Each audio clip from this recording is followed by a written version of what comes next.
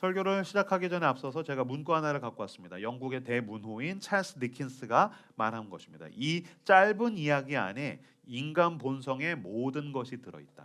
아, 오늘 본문은 예수님의 비유 중에서 가장 유명한 비유입니다. 흔히 이제 탕자의 비유라고 이야기합니다. 여기서 이제 탕자라는 것은 탕이 방탕하다라는 뜻입니다. 그래서 방탕한 아들에 대한 이야기라고 생각하시면 되겠습니다. 우리가 흔히 이제 스크루지, 구두쇠 스크루지 이야기로 알고 있는 그 소설의 원제는 크리스마스 캐롤입니다. 이걸 쓴 사람이 제가 방금 얘기 드렸던 찰스 디킨스입니다. 찰스 디킨스가 이 예수님 누가복음 15장에 있는 이 탕자의 비유를 들어서 역사상 가장 위대한 단편 소설이라고 얘기했습니다. 왜냐하면 인간의 모든 본성이 그리고 아름다운 본성이 여기 모두 담겨 있기 때문이다. 그래서 역사상 가장 위대한 단편 소설이라고 이야기했을 정도입니다. 줄거리는 다음과 같습니다. 한 아버지에게 이제 두 아들이 있습니다. 어느 날 둘째 아들이 얘기합니다. 아버지, 유산을 미리 주십시오.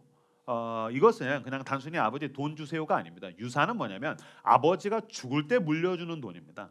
그러니까 유산을 미리 땡겨달라고 이야기하는 것은 아버지를 죽은 걸로 치겠습니다. 그러니 나는 돈이 필요합니다라는 이야기입니다. 이건 고대 그 중동 사회에서는요, 이렇게 하는 싸가지 없는 아들은 동네 마을에다가 고발해서 재판에 이렇게 데리고 나가면은 돌로 쳐서 죽일 정도였었습니다. 왜냐하면 지금도 중동은 명예살인이라는 게 있지 않습니까? 그 남성들의 명예라는 게 너무너무 중요합니다. 남성들은 뛰지 않습니다. 남성들은 자기의 명예를 가장 소중하게 여기는데 이 아들이 싸가지 없이 난 아버지 죽은 걸로 칠 테니까 나에게 유산을 미리 주십시오라고 이야기를 했습니다.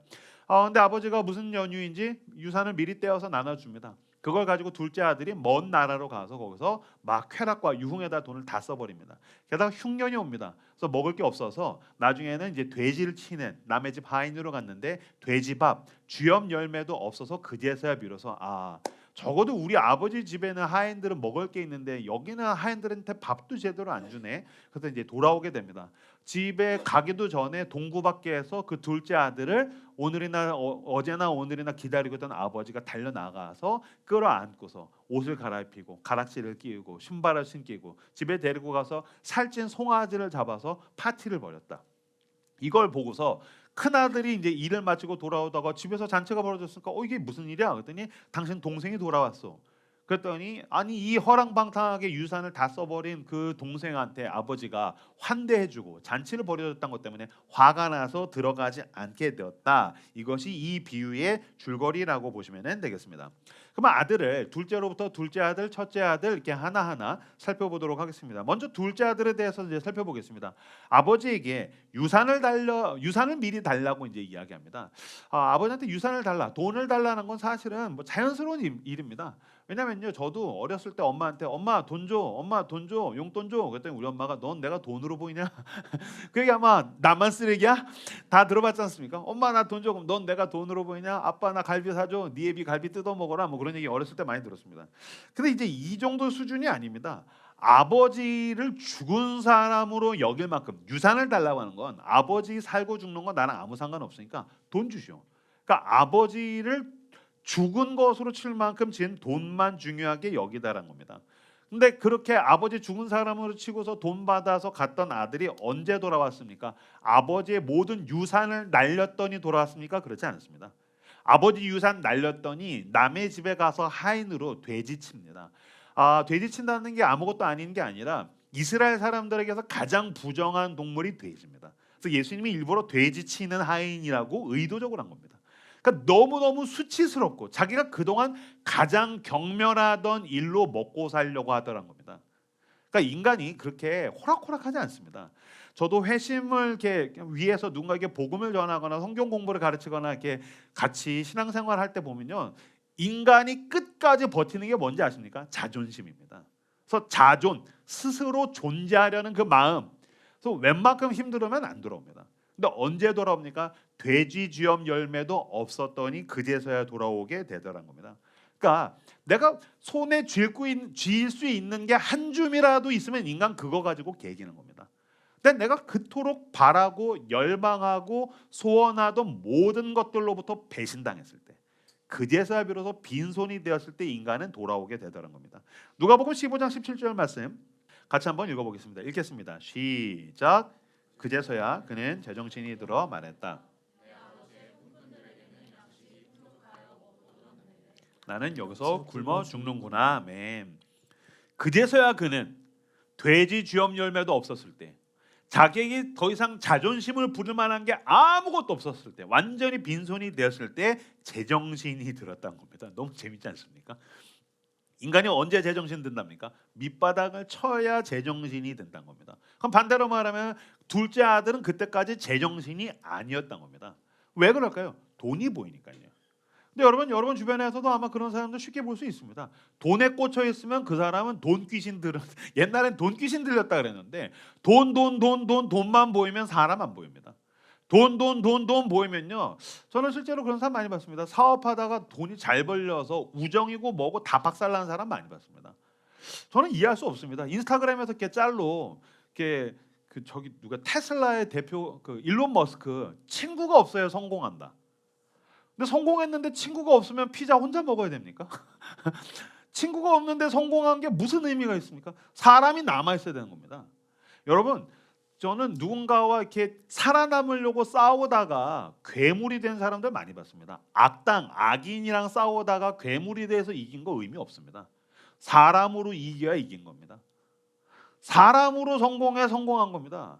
근데 성공하려면 악당과 싸워서 이기려면 괴물이 돼도 돼. 돈만 잘 벌면 괴물 돼도 돼. 친구 없어도 돼. 그냥 괜찮아. 아니요, 그렇지 않습니다. 왜요? 그것들이 나한테서 제정신이 아니게 만들기 때문이라는 것입니다. 그런 면에서는 돈이 있을 때에는 쾌락으로, 돈이 없을 때에는 돼지 쥐업 열매 같은 것을 붙잡아서 자기의 내면의 파산을 외면합니다. 그러니까 지금 여기서 돼지 쥐업 열매는 게 뭡니까? 마취제인 겁니다. 사실 여러분 이번 일주일 동안 살아오면서 고단한 인생사를 어떤 마취제로 내 주사를 꽂으면서, 그러니까 꼭 이게 마약이 아니더라도 뭐 그게 뭐 넷플릭스도 될 수도 있고 뭐 유튜브가 될 수도 있고 요새 주식값이 오르니까도 될 수 있고 그래도 난 친구들이 있으니까도 될 수 있고 그 어떤 마취제에 자기 스스로를 망각하게 해서 계속해서 버티면서 살아오셨습니까? 그런 면에서는 탕자가 돼지 쥐업 열매조차 주어지지 않았다는 것은 내면의 고통을 잊게 할 마지막 마취제까지 끊어졌다라는 것을 의미합니다. 그제서야 비로소 누가 나에게 가장 좋은 공급자였는가에 대해서 제정신이 돌아오게 됩니다. 아버지. 그래도 그 아버지는 하인들에게도 환대를 해줬는데 세상이라는 게 이렇게 각박한 거구나, 혹독한 거구나. 마지막 마취제가 끊어졌더니 돌아갈 만한 비참함, 자신의 비참함을 깨닫게 되었다는 겁니다. 그래서 여러분, 저는 여러분들이 정말 여러분의 인생 가운데서 일이 잘 풀릴 때 하나님 아버지가 보이기를 축복합니다. 근데 만약에 어떤 마취제를 붙들고 있어서 아버지가 안 보인다면 저는 최후의 기도, 주여 돼지 쥐업 열매가 끊어지게 해주십시오. 그래서라도 제정신이 돌아오게 되기를 주님의 이름으로 축복합니다. 앞뒤작으로 한번 인사해 보겠습니다. 가봐야 별거 없습니다. 어서 돌이키십시오라고 인사하겠습니다. 네, 가봐야 별거 없습니다. 네, 그 끝에 벼랑이고 돼지 쥐업 열매 없는 그 자리까지 가는 겁니다. 왜 하나님은 다 그렇게 하십니까? 그래도 사랑해서 come back to me, 돌아오라고 하나님께서 우리에게 그렇게 하실 때가 있다라는 겁니다. 그래서 사실은 그리스도께 회심을 할 때 뭐가 필요한지 아십니까? 거룩한 체념이 필요합니다. 그러니까 하나님은 좋으신 분이야. 하나님 나에게 복을 주시는 분이야. 하나님은 신실하신 분이야. 그것만으로 내 삶을 전적으로 하나님께 헌신하거나 내 삶을 주님께 베팅할 수 없습니다. 언제 내 삶을 전적으로 그리스도께 헌신할 수 있게 되는지 아십니까? 진짜 세상에 아무것도 없구나. 자기 인생의 끝, 자기 세계의 끝, 자기의 밑바닥을 치고 거룩한 체념. 야, 아무것도 없네. 그걸 깨달을 때 비로소 진정한 그리스도인으로서의 회심의 걸음을 걸어가기 시작하더라는 겁니다. 그래서 여러분 가봐야 별거 없습니다. 어서 돌이키십시오. 많은 설교자들이 이 둘째 아들의 귀환에 대해서 설교할 때 아버지께로 돌아가겠다. 돌아갔더니 아버지가 동구 밖에서 기다리고 막 뛰어와가지고서 그 아들을 끌어안고 옷을 갈아입히고 가락지를 끼우고 신발을 신기고 살찐 송아지를 잡아줬습니다. 여러분 아버지의 집에 좋은 게 얼마나 많습니까? 아버지의 집에 오십시오. 좋은 게 얼마나 많습니까? 이런 류의 설교를 아마 많이 들어보셨을 겁니다. 물론 그렇게 설교해서 아버지 집에 좋은 게 많이 있다라고 설명을 해도 좋기는 하지만 전 여기에 전적으로 동의하기는 조금 힘듭니다. 왜요? 집 왜 나갔습니까? 돈이 보여서 나갔습니다. 근데 돌아왔는데 또 뭐가 보여? 송아지, 반지, 신, 새옷, 돈이 보이는 거잖아요. 그럼 이 새끼 또 나갑니다. 그럼 얘는 또 나갑니다. 왜요? 아버지가 안 보이니까요. 왜 집 나갔어요? 아버지가 안 보이고 돈만 보여서 나간 겁니다. 그러니까 도를 위한 아버지는 도구였던 겁니다. 근데 아버지 집에 왔더니 또 아버지 안 보이고 살찐 송아지, 숄더랙 좋죠. 그 다음에 뭐 막 신발, 막 가락지, 새옷 그거 보이면 안 됩니다. 뭐가 보여야 됩니까? 나를 사랑해서 기다리는 아버지가 보여야 되는 겁니다. 그래야 그 아버지와 함께 가장 안전한 아버지의 집에서 거할 수 있게 되더라는 것입니다. 이 아들은 왜 집을 나갔을까요? 뭐 아버지가 안 보였으니까요. 어쩌면 아버지랑 사는 게 힘들었을 수도 있습니다. 막 농사일하고 뭐 이렇게 양치고 게다가 이렇게 뭐 아버지랑 사는 게 뭐가 그렇게 쉽겠습니까? 아마 여러분들 가운데서 우리 교회 이제 청년들이 많으니까 집에서 부모님이랑 사는 사람들 나가고 싶을 겁니다. 왜냐면 저도 부모님이랑 20대 후반까지 같이 살았는데 안 맞아요. 이 생애 주기가 너무 안 맞아요. 더럽게 안 맞아요. 모든 걸 하나하나 입맛부터 해서 다 안 맞아요. 그러니까 이 아들도 이게 안 맞아서 나가야겠다라고 생각했을 수도 있습니다. 그러다 보니까 바깥이 편하고 재밌어 보이고 여기는 힘들게 느껴지는 거죠. 그러다가 보니까 내가 나가면 좋을 것 같아. 아버지의 돈은 나를 행복하고 즐겁게 살 수 있게 만들어주는 훌륭한 도구가 되라는 거죠. 그러다가 보니까는 이제 아버지는 안 보이고 아버지가 나에게 제공해서 나는 나가서 즐겁고 행복하게 살고 싶어. 반대로 해볼까요? 아버지가 안 보이고 나는 아버지와 함께 있는데 왜 이렇게 나는 힘들어? 왜 나는 불편해? 왜 나는 이렇게 내 삶이 고통스러워? 그러니까 아버지가 안 보이고 행복하고 즐겁고 좋은 것만 보이거나 아버지가 안 보이고 불편하고 괴롭고 고통스러운 것만 보이고 있다면 나도 당신도 지금 둘째 아들과 같은 삶을 살고 있다는 겁니다.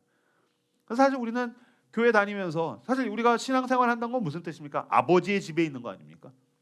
근데 우리가 어떻게 따집니까? 왜 나한테 이거 기도도 응답 안 해줍니까? 이런 식으로 하면 나 도망갑니다. 나 떠날 거예요. 하나님은 어디 있어? 근데 어떻게 나한테 이럴 수 있어? 지금 정확하게 우리가 둘째 아들과 똑같은 투정을 부리고 있다는 겁니다. 그러니까 아버지 필요 없어. 나한테 이런 것도 안 해주니까 돈 주세요. 그리고서 나가는 것. 이게 둘째 아들이라는 겁니다. 여러분 우리는 거룩한 주일을 맞아서 예배로 모였습니다. 여러분 하나님 아버지께서 당신을 기다리고 계십니다. 그리스도께로 나오십시오. 아버지께 마음을 여십시오. 여기에 진정한 평안이 있습니다.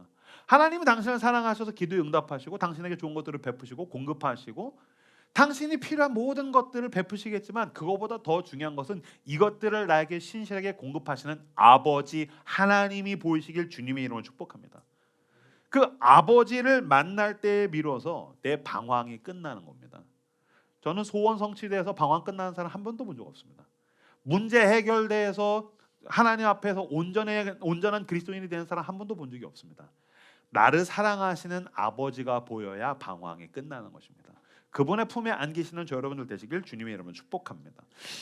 둘째 아들이 집을 나가는 동안 첫째 아들은 집을 지켰습니다. 그럼 이제 첫째 아들에 대해서 한번 살펴보도록 하겠습니다. 둘째 아들은 집 나갔는데 첫째 아들은 집을 지켰으니까 효자입니까? 그렇지 않습니다. 누가복음 15장 11절 12절 말씀을 같이 화면을 보고 읽도록 하겠습니다. 읽겠습니다. 시작. 또 이르시되 어떤 사람에게 두 아들이 있는데 그 둘째가 아버지에게 말하되 아버지여 재산 중에서 내게 돌아올 분깃을 내게 주소서 하는지라 아버지가 그 살림을 각각 나눠 주었더니 둘째 아들이 유산을 달라고 했습니다. 여러분 동생이 내가 형이에요. 전 특히 이게 와닿는 게 전 남동생이거든요. 근데 만약에 얘가 싸가지 없이 아버지한테 가서 아버지 죽으면 받는 돈 미리 주세요. 아버지 죽고 나서 하나 나한테 의미 없거든. 아버지 나한테 평소에 잘해준 게 없었잖아. 그러니까 빨리 유산 주세요. 그러면 형은 어떻게 됩니까? 이게 미친 거 아니야? 아버지 잠깐만요. 얘가 아까 뭔가 잘못 먹은 것 같아요. 동생아 형이랑 잠깐 어디 좀 가자. 형 어디 가는데 형이 너한테 천국을 보여줄 수는 없어도 지옥은 느끼게 해줄 수 있어. 가자 진실의 방으로. 아마 형들은 이렇게 남동생 있는 형들은 이거 굉장히 와닿을 겁니다. 형들이 그런 역할들을 많이 합니다. 가자 진실의 방으로. 후대로 패되지 않습니까? 근데 형이 침묵합니다. 가만히 있습니다. 왜요? 12절 끝에 보면 아버지가 그 살림을 각각 나눠 주었더니 동생에게만 줬습니까? 아니요. 형에게도 줬습니다. 그러니까 형이 뭘 원했습니까? 형도 이걸 원했던 겁니다. 그러니까 적극적으로 이거 재산을 가지고서 나갈 용기까지는 없었는데 지금 큰 아들도 뭘 바랬습니까? 아버지 필요 없어. 나도 아버지의 돈이 더 좋아. 이걸 사실 그 형이 바랬다라는 겁니다. 게다가 당시의 법에 따르면요, 형은 무조건 동생의 2배를 받게 되어 있습니다. 그러니까 집 나간 탕자는 3분의 1을 가지고 간 거고, 지금 그 3분의 2를 가지고서 형은 뭘 기다리고 있을까요? 아버지가 죽으면 모든 재산은 내 거가 돼. 그러니까 사실 형 입장에서는요, 지금 손 안 대고 코 푼 격인 겁니다. 동생이 악역을 맡아서 했기 때문에 지금 자기는 유산을 아주 손쉽게 물려받게 됐더란 겁니다. 사실은 형도 동생과 똑같은 것을 원하는 인간이었던 겁니다. 그렇죠? 형제는 닮기 마련 아니겠습니까? 25절에서 30절 말씀을 같이 화면을 보고서 읽도록 하겠습니다. 읽겠습니다. 시작. 마다들은 밭에 있다가 돌아와 집에 가까이 왔을 때에 풍악과 춤추는 소리를 듣고 한 종을 불러 이 무슨 일인가 물은데 대답하되 당신의 동생이 돌아왔음에 당신의 아버지가 건강한 그를 다시 맞아들이게 됨으로 인하여 살찐 송아지를 잡았나이다 하니 그가 노하여 돌아가고자 하냐거늘 아버지가 나와서 권하는데 아버지께 대답하여 이르되 내가 여러 해 아버지를 섬겨 명을 어김이 없거늘 내게는 염소 새끼라도 주어 나와 내 벗으로 즐기게 하신 일이 없더니 아버지의 살림을 청년들과 함께 삼켜버린 이 아들과 이를 위하여 살찐 송아지를 잡으셨나이다. 아멘.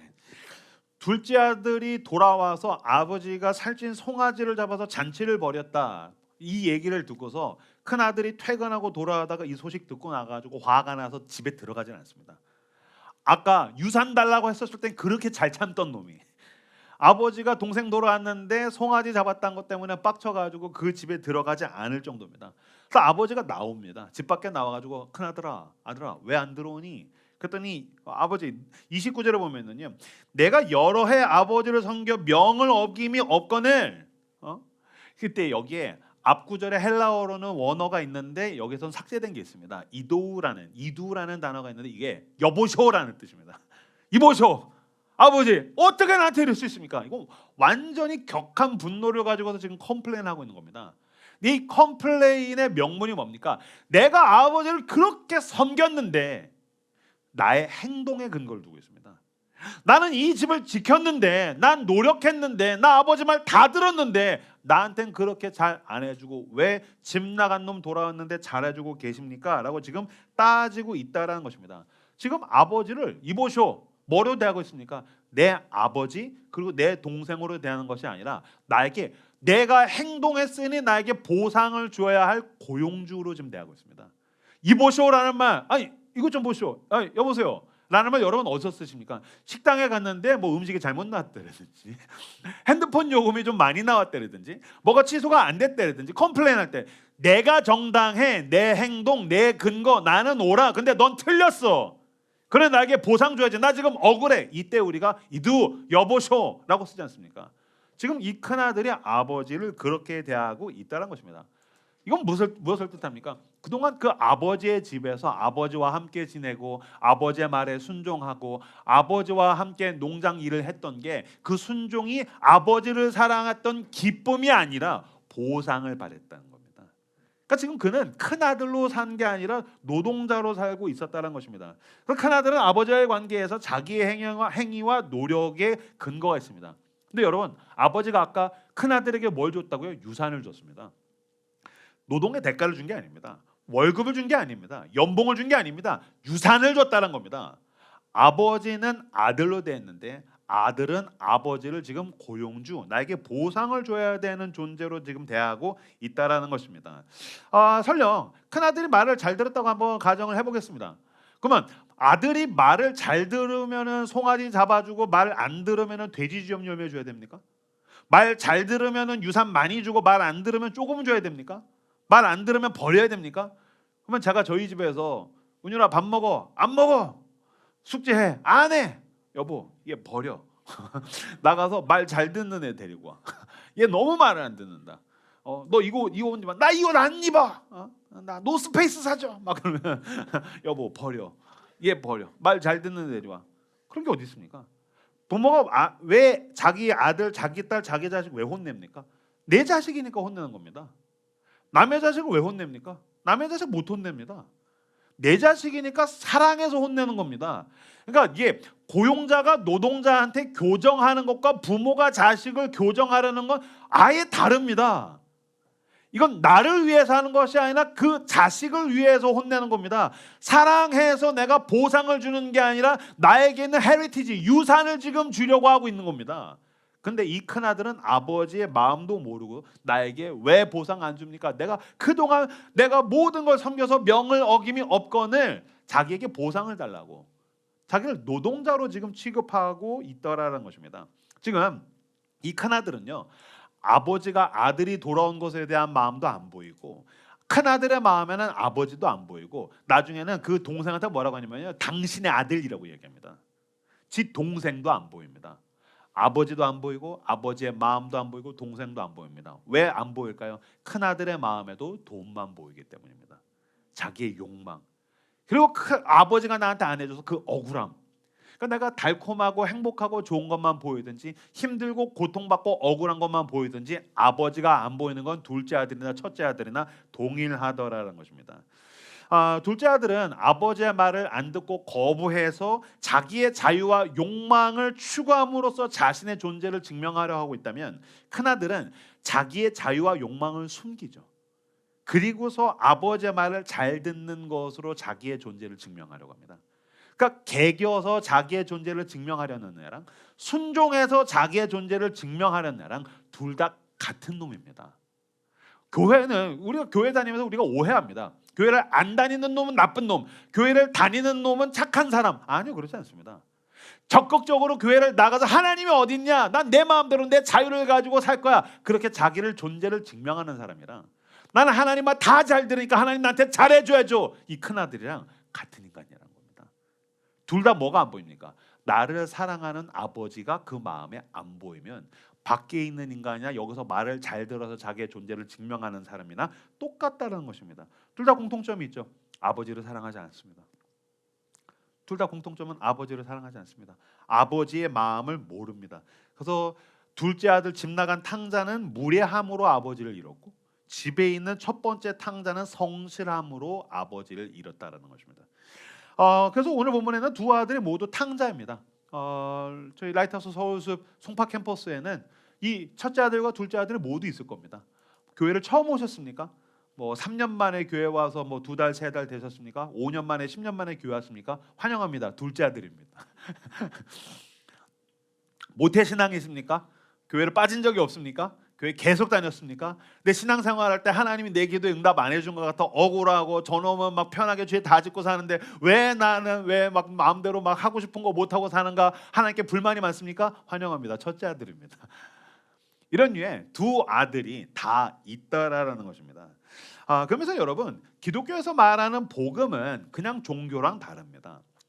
복음과 종교는 다릅니다. 종교는 무엇입니까? 종교는 내 행위에 근거를 두고 있으면 종교입니다. 여러분, 인간들이 종교를 만들어내는 과정은 다 그럽니다.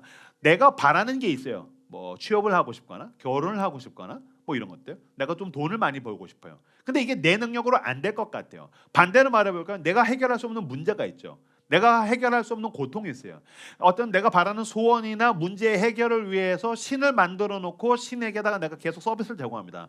예배드리고 헌금하고 기도하고 말씀 읽고 선교하고 봉사하고, 내가 이것들을 당신께 제공했으니 당신이 초월적인 능력으로 내가 바라는 소원을 내가 나에게 주시고 내 문제를 해결해 주세요. 이게 모든 게 종교입니다. 이 프로세스가. 그래서 종교는요, 나에게 포커스가 맞춰져 있습니다.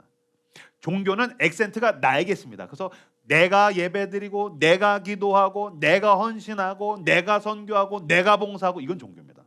그래서 여러분, 종교 생활은 필연적으로 억울해집니다. 왜요? 신이 인간의 시나리오대로 움직일 마음이 없습니다.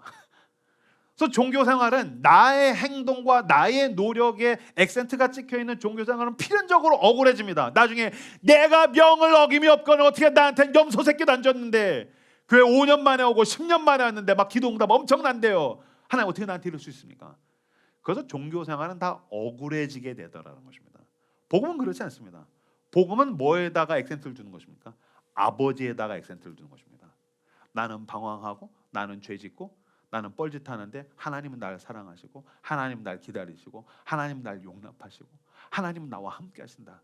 하나님은 나를 지키신다.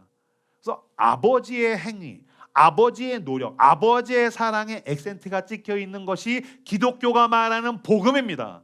자, 여러분, 복음은 필연적으로 감격하게 만듭니다. 내가 어떤 삶을 살아가든지 간에 아침에 눈을 떴을 때, 나에게 사랑하는 사람이 여전히 나를 지지해주고 있을 때, 내가 어쨌든 건강한 육신을 가지고 있음에, 내가 예배 드릴 때 은혜 받을 수 있음에, 내가 찬양을 들을 때, 내가 설교를 들을 때, 내가 교회에서 공동체 가운데 나눌 때에, 내가 힘든 일이 있어서 기도하고 기도하는 가운데 하나님이 나와 함께 하신다는 그 성령의 임재를 느낄 때, 아, 하나님이 나를 기다리시구나, 사랑하시구나. 아버지를 바라보면 복음적인 신앙생활은 언제나 우리를 감격하게 만들려는 것입니다. 종교로부터 도약해서 복음적인 신앙생활을 해나가시는 여러분들 되시기를 주님의 이름으로 축복합니다. 그래서 기독교의 복음은 언제나 은혜를 말합니다. 기독교의 복음은 언제나 은혜를 말합니다. 은혜란 무엇입니까? 내가 노력으로, 내 것으로, 내 힘으로, 내 노력으로 얻을 수 없는 게 주어졌기 때문에 은혜라고 이야기합니다. 내 노력으로 얻을 수 있으면 대가죠. 내 노력으로 얻을 수 있으면 보상이죠. 근데 이건 내가 얻을 수 없는 걸 얻었다라고 이야기하기 때문에 보상이 아니라 은혜라고 이야기합니다. 그 은혜를 받았다라고 이야기한다는 것은 반대로 말하자면 무슨 뜻입니까? 나는 그만큼 내가 내 힘으로 메울 수 없는 큰 구멍이 있는 사람입니다. 난 아무리 노력을 해도 내가 치유할 수 없는 큰 상처와 흠이 있는 사람입니다. 나는 당신의 체험이 필요한 사람입니다 라는 것이 바로 은혜. 그러니까 나에게 은혜가 필요합니다라는 것은 나는 내 스스로 채울 수 없는 구멍과 상처와 고통과 부족함이 있는 사람입니다라는 뜻이라는 겁니다. 저는 자기의가 굉장히 큰 사람이고 내 의지, 내 열정, 내 노력 이런 게 되게 중요한 사람이라서 그러니까 되게 교만한 거죠. 그래서 예전에 이렇게 교회는 맨날 입만 열면 다 은혜잖아요. 특히 제가 되게 저쪽 맨 뒤에서 이렇게 청년 때 이렇게 팔짱 끼고서 못마땅했던 것 중에 하나가 뭐냐면요. 사실 저 전도사 때도 그랬어요. 지금은 안 그러니까 마음 놓으셔도 됩니다. 그 교회에서 공연할 때 이렇게 사람들 와가지고서 뭐 연습은 부족하지만 은혜로 봐주세요. 뭐 이런 얘기 하지 않아요. 노래 부를 때, 특송할 때라든지 공연할 때라든지 이럴 때 준비는 많이 못했지만 은혜로 봐주세요. 막 이런 얘기 하지 않아요. 전 그게 너무 싫었어요. 왜냐면 그 말 비겁하다고 생각했어요. 왜냐면은 저거 지가 노력 안 해놓고 나쁜 평가 받기 싫으니까 저거 약치는 거다. 아니 지가 준비를 안 했으면 비판을 받아야지. 지가 준비를 안 했으면 망해야 저거 정신 차리지. 근데 준비는 많이 부족하지만 은혜로 봐주세요. 나 이거 비겁하다. 전 옛날에 그렇게 생각했었어요.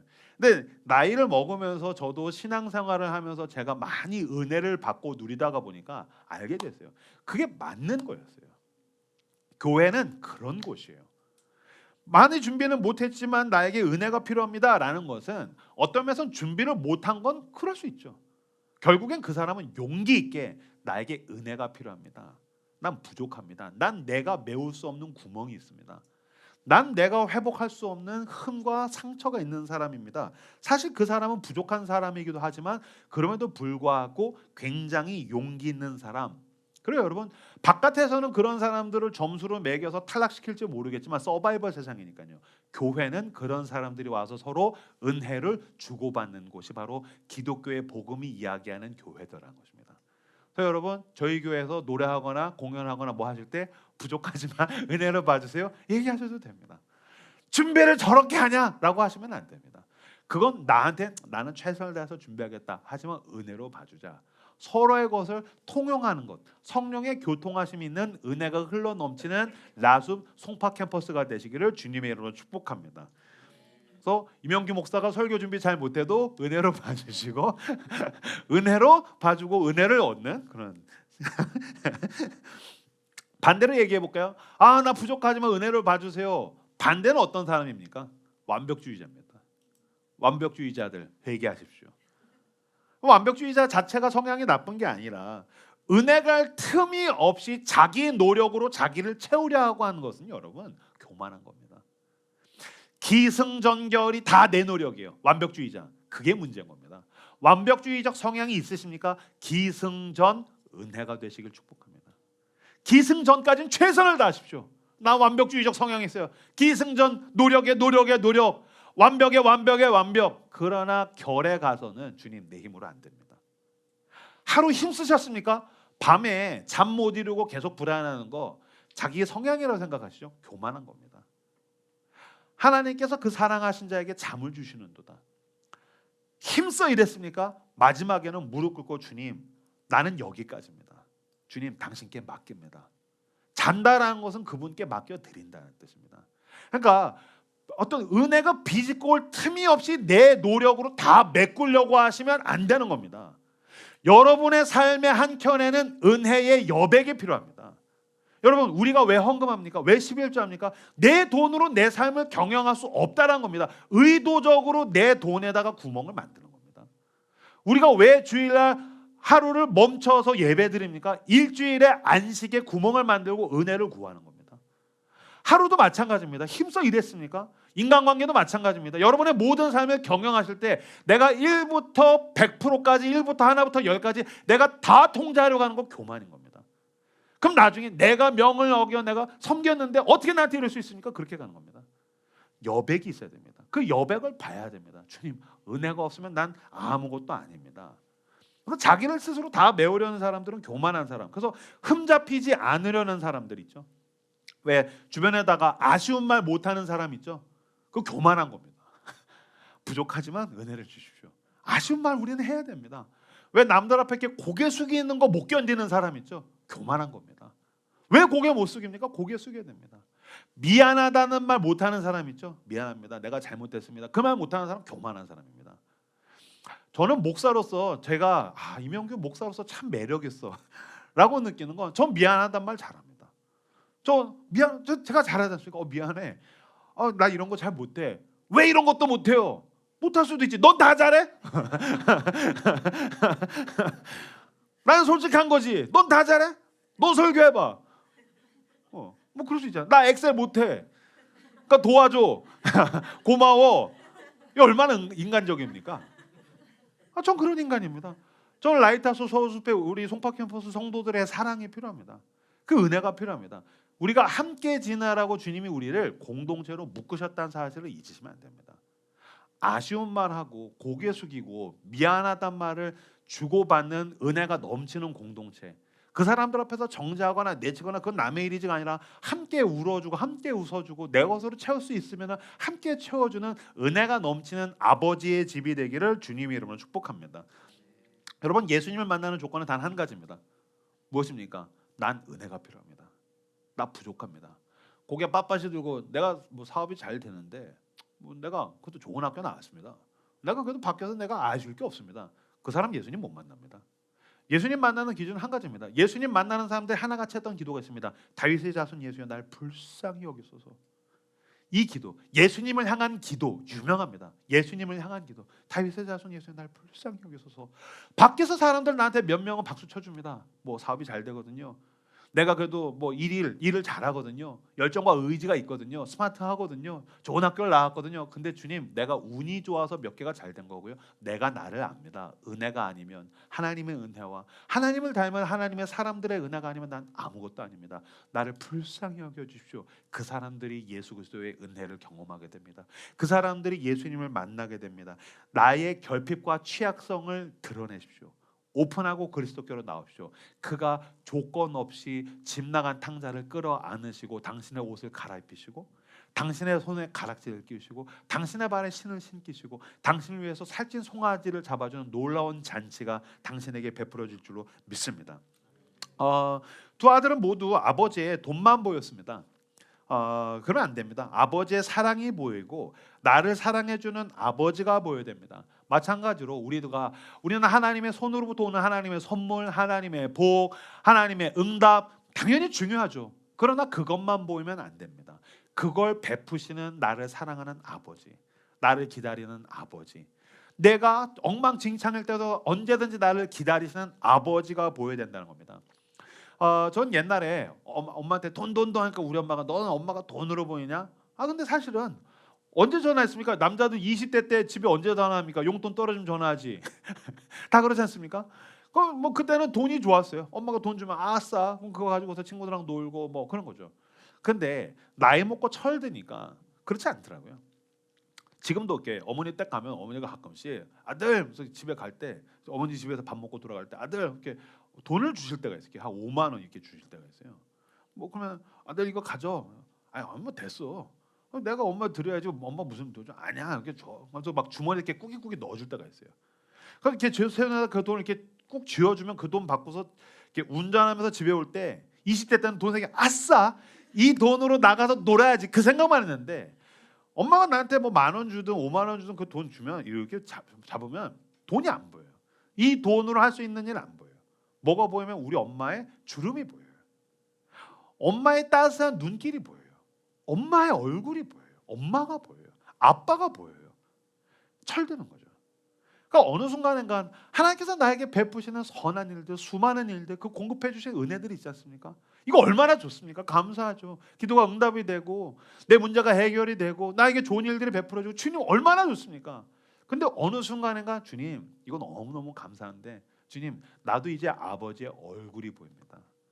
주님이 나를 얼마나 사랑하신지 제가 알겠습니다. 그렇죠? 나에게 주어진 그 선물이 아니라 그걸 나에게 주시는 아버지의 눈빛이 보이고 눈길이 보이고 그 아버지의 사랑이 보이는 아버지가 보이는 철든 저 여러분들 되시기를 주님의 이름으로 축복합니다. 그래서 그 아버지로 기뻐하고 아버지를 사랑하고 아버지로 만족해야 됩니다. 저는 사랑하는 우리 라수 송파와 캠퍼스 식구들에게 묻고 싶습니다. 주님 한 분만으로 만족하고 계십니까? 주님을 누리고 기뻐하고 그러고 계십니까? 욥기 1장 9절 말씀 화면을 보고 같이 읽도록 하겠습니다. 시작. 사단이 여호와께 대답하여 이르되 욥이 어찌 까닭 없이 하나님을 경외하리까? 욥이 하나님을 너무너무 사랑하고 경외하니까 사탄이 따지는 겁니다. 다 이유가 있는 거 아닙니까? 까닭 없이 경외하겠습니까? 복을 많이 주셨잖아요. 잘 살잖아요. 자녀가 많잖아요. 부자잖아요. 잘 풀리니까 좋아하는 거예요. 이 조건이죠. 그래서 하나님께서 어떻게 하십니까? 그 조건들을 모두 가져가십니다. 여러분 우리가 하나님을 사랑할 때 하나님은 나에게 복 주시고 일이 잘 풀리니까 하나님을 사랑한다면 사실은 이거는 조건부 사랑입니다. 그 조건 때문에 하나님을 사랑하는 것은 조건부 사랑입니다. 그럼 여러분들 가운데 물론 하나님 좋지만 하나님이 나에게 복 주시고 잘 대주시고 응답도 있으니까 하나님 사랑하지 그런 거 없이 하나님 어떻게 살아갑니까? 라고 따지시는 분들이 계신다면 여러분들이 주고받는 사랑의 조건이 개입한다고 한번 생각해 보십시오. 그리고 여러분 내가 주고받는 사랑의 조건이 들어오는 순간 그건 사랑이 아닙니다. 일종의 저주가 됩니다. 굴레가 됩니다. 예를 들면 그런 거죠. 내가 남편인데 내 아내가 날 사랑해요. 왜? 돈을 잘 벌어서. 그럼 나보다 더 돈을 잘 버는 남자를 만나면 가겠네. 아니면 내가 돈을 못 벌어. 그러면 나는 이제 천덕꾸러기고 사랑을 못 받는 거예요. 이건 사랑이 아니라 저주입니다. 그러니까 그 사랑에 돈이라는 조건이 들어오면 이건 사랑이 아니라 일종의 비참함의 저주입니다.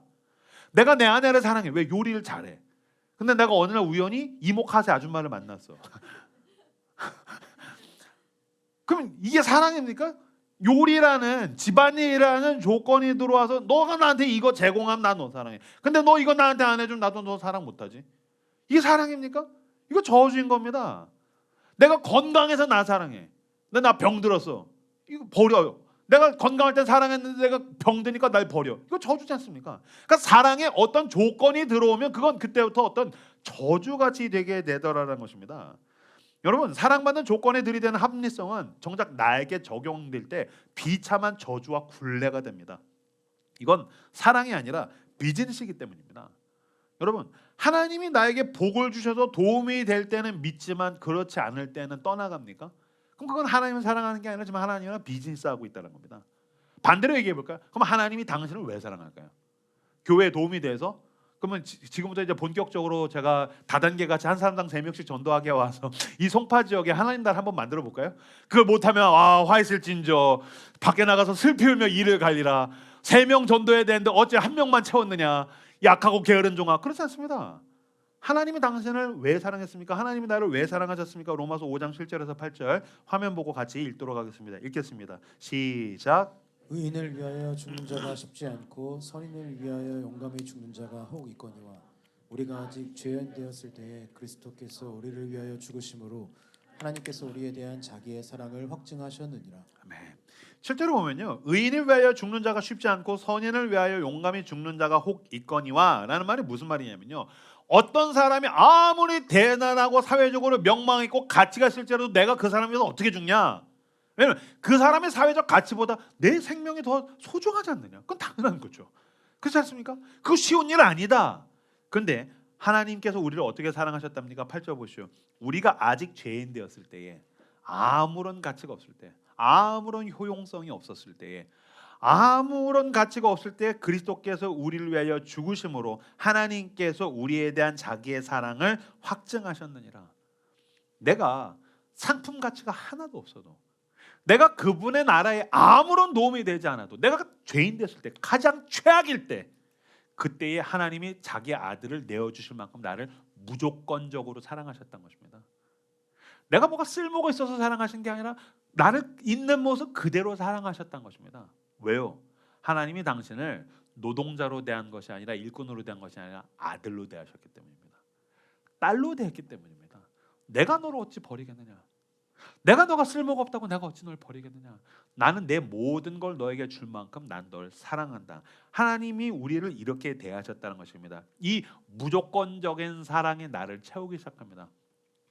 우리가 세상 가운데서 버거운 건 무엇과 어떤 이유입니까? 세상에 나를 다 조건부 사랑으로 대하기 때문입니다. 회사에서 나를 조건으로 대하죠. 친구들도 나를 조건으로 대하죠. 내가 잘 나갈 땐 나한테 막 사람들이 붙고 연락이 오다가 내가 뭐가 일이 잘 안 풀리면 내가 내동댕이 쳐지는 것 같은 느낌을 받게 되죠. 사실 세상은 나를 다 그런 조건으로 대합니다. 거기서 사랑받고 인정받으려 하다 보니까 이 헛헛한 가슴을 어떻게 할 줄을 모릅니다. 그렇다면 여러분, 이 시간 당신을 무조건적인 사랑으로 채우길 원하시는, 당신을 기다리고 계시는 아버지께로 나오십시오. 그분이 달려와서 당신을 끌어안습니다. 그분의 너른 품에 안기십시오.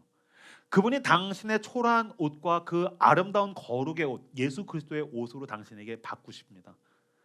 그가 나를 위해서 살찐 송아지를 잡아 잔치를 벌여주십니다. 그 무조건적인 사랑이 나를 채울 때 우리는 살게 됩니다. 살만합니다. 그 사랑이 나를 살게 합니다. 그리스도께로 나오십시오. 그 무조건적인 사랑으로 채우고 충만하게 살아가는 여러분들 되시기를 주님의 이름으로 축복합니다.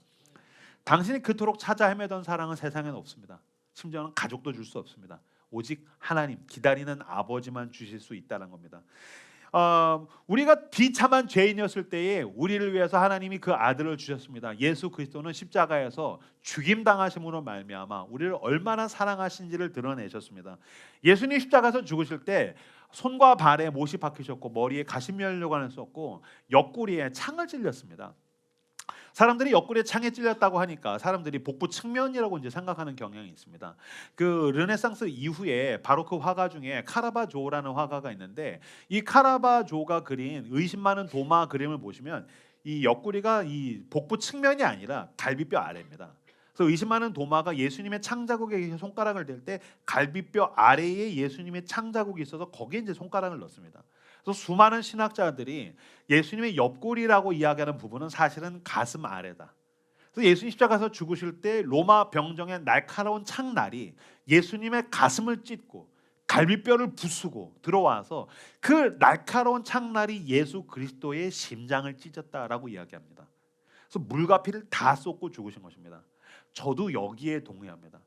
그래서 예수님이 십자가에서 나를 위해서, 당신을 위해서 이 방탕한 아버지의 마음과 아버지의 사랑을 몰라서 세상에 나가서, 아니면 여기에서 자기의 노력으로 근거를 두어서 나한테 이것을 주십시오라고 이야기한 이 탕자들을 위해서 예수님이 심장을 찢어서 자기의 사랑을 우리에게 부어주셨다라는 것입니다. 우리에게 이 믿음을 주시기 위해서 예수님이 심장을 내어주시고 심장을 찢었는데, 라틴어 로마 말로 믿음이라는 단어가 크레데레라는 뜻입니다. 여기서 크레딧이 나왔죠. 크레데레. 크레데레라는 단어의 뜻이 심장을 내어주다라는 뜻입니다. 그러니까 우리에게 믿음을 주시기 위해서 예수님이 어떻게 하셨다고요? 크레데레. 자기의 심장을 찢어서 우리를 기다리시고 심장을 찢어서 심장을 내어주셔서 우리를 믿음 가운데로 초청하셨다라는 것입니다. 여러분 마찬가지입니다. 둘째 아들이 아버지에게 유산을 달라고 했었을 때 기분이 어땠겠어요? 가슴이 찢어지는 것 같았겠죠. 저는 목사로서 사역하면서 저희 교회 성도들에게 그런 얘기 많이 듣습니다. 목사님, 우리 부모님을 위해서, 배우자를 위해서, 내 주변에 있는 누군가를 위해서 기도할 때, 내 문제를 놓고 기도할 때 가슴이 찢어지는 것 같아요. 우리 부모님이 막 힘들어하신 거 볼 때 가슴이 찢어지는 것 같아요. 내 배우자가 방황하고 힘들어한 걸 볼 때 가슴이 찢어지는 것 같아요. 그 사랑하는 사람들을 위해서 기도할 때 그 사람이 내 마음 몰라줘서 내 사랑 몰라줘서 내 기도가 응답이 되지 않는 것 같아서 가슴이 찢어지는 것 같아요. 이 가슴이 찢어진다라는 말이 그래도 우리는 은유입니다. 근데 여러분, 예수님은 당신을 위해서 진짜 가슴을 찢었습니다. 심장이 찢어졌습니다. 그렇게 심장을 내어주신 것입니다.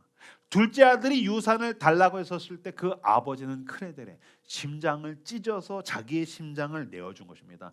아버지가 둘째 아들에게 준 것은 유산으로서의 돈이 아니라 크레델의 심장을 내어준 것입니다. 둘째 아들이 돌아왔습니다. 끌어안고 기뻐서 송아지 잡아서 잔치 벌일 때 큰아들이 돌아오지 않습니다. 얘야, 왜 안 들어오니? 내가 아버지의 명이 어김이 없고 내가 아버지 말 다 들었는데 나한테는 염소 새끼도 잡아준 적이 없으면서 어떻게 이 방탕하게 유산 다 말아먹은 놈한테 이렇게 송아지 잡아줄 수 있습니까? 어떻게 아버지 이럴 수 있습니까? 라고 삿대질하면서 분노할 때 아버지의 가슴이 크레델에 찢어집니다. 아버지는 그 큰아들에게 심장을 내어주고 있다는 것입니다. 마찬가지입니다. 우리도 하나님의 얼굴을 구하는 것이 아니라 하나님을 통해서 또 다른 무언가, 그 능력, 그 선물, 그 문제 해결을 구합니다. 그때 우리 또한 하나님의 심장에 크레델의 못을 박습니다. 우리는 하나님보다 사람을 쫓고 즐거움을 쫓으며 하나님의 심장에 못을 박습니다. 그래서 우리는 따지죠. 하나님 나한테 해준 게 뭐가 있습니까? 왜 저 사람만 도와줍니까? 이 정도 죄는 다 짓고 사는 거 아닙니까? 내가 뭐 그렇게까지 잘못했습니까?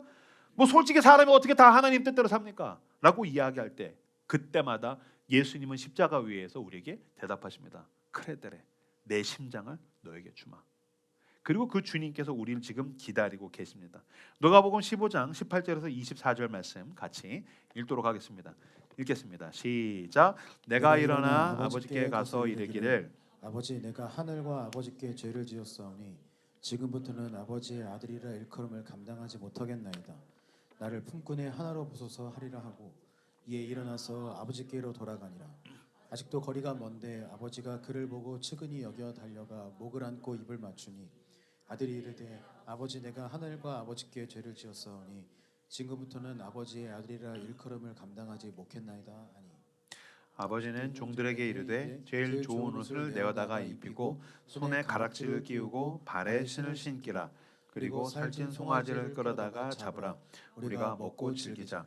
이 내 아들은 죽었다가 다시 살아났으며 내가 잃었다가 다시 얻었노라 하니 그들이 즐거워하더라. 아멘. 이 본문은 사실 탕자의 비유가 아닙니다. 심장을 내어주고도 떠나간 자식이 돌아오기를 기다리는 아버지에 대한 이야기입니다. 당신의 아버지 하나님께서 당신을 기다리고 계십니다. 모든 것을 내어 던져서라도 사랑의 아버지를 선택하시는, 아버지를 결정하는 저여러분들 되시기를 주님의 이름으로 축복합니다. 믿음은 내 행위와 노력에 근거를 두지 않습니다. 아버지가 어떤 일을 행하고 계시는가에다가 액센트를 찍는 것이 복음이라고 제가 말씀드렸습니다. 그 놀라운 것은 그 복음이 모든 걸 이깁니다. 아버지의 사랑이 아들의 방황을 이깁니다. 그건 둘째 아들은 나와 있고 지금 오늘 본문에서는 첫째 아들은 열린 결말로 있지만 그 아버지는 첫째 아들을 기다리고 또 기다립니다. 저는 믿습니다. 전 그리고 알고 있습니다. 결국에 그 큰 아들도 결국에는 아버지의 사랑 앞에 무릎 꿇게 되고 항복하게 될 것입니다. 왜요? 제가 그랬기 때문입니다. 제가 예전에도 한번 설교할 때 말씀을 드렸는데 저는 20대 초반에 미친 듯이 방황했습니다. 서울에서 이제 대학을 다니면서 혼자 자취를 했는데 막 모든 게 너무 허무하고 공허하고 막 그래가지고서 미친 듯이 술 먹고 방황하고 학교도 잘 안 가고 막 그런 날들이 저한테 되게 많았었어요. 제가 23살에 군대도 가지 않고 휴학한 상태에서 막 방황하고 있는데 여기 이제 소시적에 술 좀 드셔보신 분들은 알 겁니다. 진정한 주당은 술 먹다가 새벽에 중간에 집에 가는 사람은 주당이 아닙니다. 아침 8시에 해장국을 먹어서 끝나는 사람이 진짜 주당입니다. 해가 떠서 남들 출근할 때 그때 이제 집에 들어오는 사람이 술 좀 먹는 사람인 겁니다. 제가 그렇게 술 먹었었습니다. 막 미친 듯이 방황하고 그래서 아침까지 술 먹고 제 자취방에 들어와 가지고서 혼자 이제 널브러져서 이제 자고 있는데 새벽 기도가 끝난 우리 어머니 아버지가 이렇게 아들 본다고 아침에 들이닥치신 거예요. 그래서 문이 이제 현관문이 척척 열린 소리가 들려요. 제가 반수면 상태에서 우리 엄마 왔구나, 우리 아버지 왔구나, 젠장 왜 찾아오는 거야? 그냥 거기서 잘 지내시지 왜 찾아오는 거 귀찮게 힘들게. 야 나 모르겠다 계속 자는 척해야겠다. 그래서 계속 자는 척했습니다. 문 열고 들어왔는데 뭐 방에는 담배 냄새 자욱하고 뭐 좁은 집은 막 쓰레기통이죠. 거기서 큰 아들이 이제 씻지도 않고 떡진 머리로 자고 있으니까 페인이지 않습니까? 들어오더니 아우 냄새. 그러더니 저희 아버지가 그래도 신사입니다. 와가지고서 이렇게 제 책상에 앉아가지고 괜히 헛기침하면서 책을 넣다 뺐다 소리가 이제 들리는 거예요. 주여 아버지 막 그러면서 이렇게 아 짜증나. 근데 저희 어머니가 진짜 믿음의 사람입니다. 그때도 그랬고 저희 어머니 늘 그러셨어요. 밤새 술 처먹고 널브러져 있는 그 큰아들의 떡진 머리를 제 머리맡에 이렇게 앉아서 제 머리를 이렇게 빗기시면서 저희 엄마 늘 그러셨어요. 우리 형규는 나중에 좋은 목사님이 될 거야. 엄마가 기도하고 있거든. 하나님은 엄마의 기도를 들으시거든. 우리 형규는 나중에 좋은 목사님이 될 거야. 지금 여러분들도 웃기지만 제가 그거 들으면서 아 믿음이라는 게 이렇게 객관적인 현실을 부정하는 거구나. 이렇게까지 주관적일 수 있나? 마르크스가 왜 종교를 아편이라고 얘기했는지 내가 알겠다. 미친 거 아니야? 왜 현실을 부정하지? 너무 말이 안 되는 거잖아. 제가 그날 저녁에 또 포장마차에서 친구들이랑 소주잔을 기울이면서 친구들한테 야 아까 우리 엄마 나한테 뭐라는 줄 아냐? 뭔데? 나 목사 된대. 애들 막 깍깍거리면서 네가 목사면 내가 스님이지 새끼야 막 그랬었어요. 지금 그 친구들 스님 됐는지는 잘 모르겠어요. 제가 그 말도 안 된다고 생각했었어요. 나중에 회심을 하고 몇 년 후에 나중에 그 복음이 너무 좋아서 제가 제 삶을 그리스도께 헌신하고 신학교에 가고 전도사가 되고 목사가 되고 나서 내가 어느 날 하나님 제가 어쩌다가 목사가 됐죠? 내가 어쩌다가 목사가 됐지? 하나님께 물어보듯이 기도했을 때 하나님께서 떠오르게 하신 장면 내가 어쩌다가 목사가 됐죠? 라고 했었을 때 떠올랐던 장면은 제가 수천 명 앞에서 멋있게 설교하는 장면이 아니었습니다.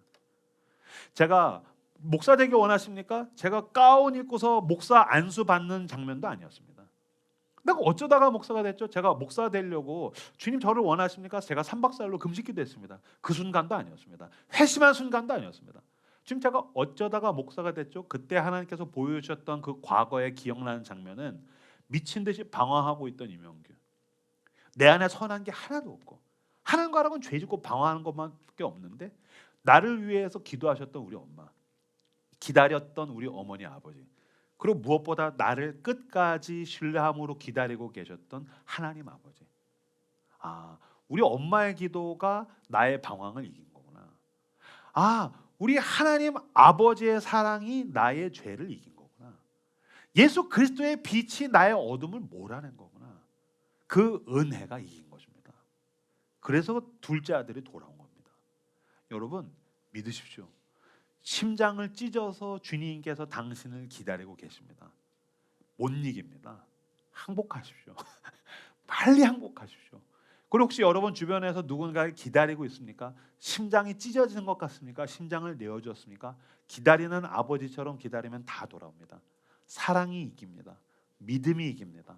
그 사랑과 믿음 앞에 항복하시고 그 사랑에 사로잡혀서 또 다른 누군가를 기다리는 사랑의 사람들 은혜의 사람들 되시기를 우리 주 예수 그리스도 이름으로 축복합니다.